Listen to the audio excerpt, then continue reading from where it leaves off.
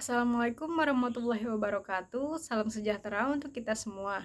Perkenalkan, nama saya Elvira Yuniarcaya Putri, mahasiswa semester 3 Universitas Terbuka UPBJJ Serang dari program studi Ilmu Komunikasi. Dengan nomor induk mahasiswa 051838935. Video ini dibuat untuk memenuhi tugas 1 mata kuliah logika dengan dosen pembimbing Bapak Lauderisman, Sarjana Hukum Magister Hukum. Pada kesempatan kali ini, saya akan sedikit menjabarkan terkait pengertian dari 3 jenis term dalam logika dan juga contohnya.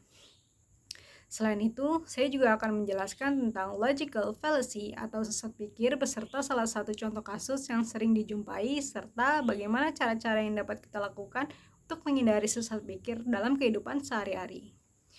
Semoga pemaparan ini dapat memberikan pemahaman yang lebih baik tentang pentingnya berpikir logis dan kritis dalam menyampaikan maupun menilai suatu argumen. Dalam kehidupan sehari-hari, kemampuan berpikir logis sangatlah penting. Maka mari kita pahami bersama-sama apa itu term, apa saja jenis-jenisnya, serta bagaimana menghindari jebakan logika yang menyesatkan atau yang biasa kita sebut dengan logical fallacy. Langsung saja kita masuk dalam pembahasan. Term pada hakikatnya terbagi menjadi banyak jenis. Namun di sini saya hanya akan menjelaskan 3 macam term berdasarkan denotasi beserta dengan contohnya. Dalam logika, term adalah kata atau ungkapan yang biasa digunakan untuk menunjuk suatu objek, konsep, atau ide. Term terbagi menjadi berbagai macam. Yang pertama, ada term umum. Ini merujuk pada kelompok atau kategori objek secara luas. Misalnya, kata tumbuhan adalah term umum karena mencakup bunga, pohon, hingga rumput. Hal ini tidak merujuk pada suatu objek tertentu, melainkan kepada seluruh kelompok. Kedua, ada term khusus. Ini menunjuk pada satu objek spesifik. Contohnya, pohon mangga di halaman rumah saya. Term ini tidak bisa digeneralisasikan kepada pohon lainnya karena hanya merujuk pada objek tertentu yang lebih spesifik. Ketiga, term abstrak. Ini adalah istilah yang mewakili gagasan atau konsep yang tidak berwujud, seperti keindahan atau persahabatan. Meski tidak berwujud, tetapi makna dan dampaknya sangat nyata. Keindahan atau persahabatan tidak bisa dilihat atau disentuh, tetapi merupakan konsep yang memiliki makna kuat dalam kehidupan sosial. Selain memahami jenis term, kita juga perlu waspada dengan logical fallacy atau sesat pikir, yakni kesalahan dalam penalaran yang tampak logis tapi sebenarnya menyesatkan. Nah, salah satunya adalah logical fallacy ad hominem, merupakan sesat pikir dengan melemahkan argumen dengan menyerang pembicara dan bukan pada ide yang dikemukakannya.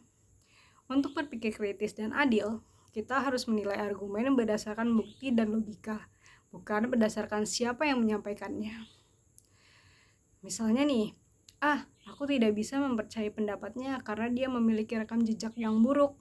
Dalam pernyataan ini, seseorang tidak membantah argumen yang disampaikan berdasarkan data atau logika, melainkan menyerang karakter pribadi, latar belakang, atau masa lalu dari orang yang menyampaikan argumen tersebut.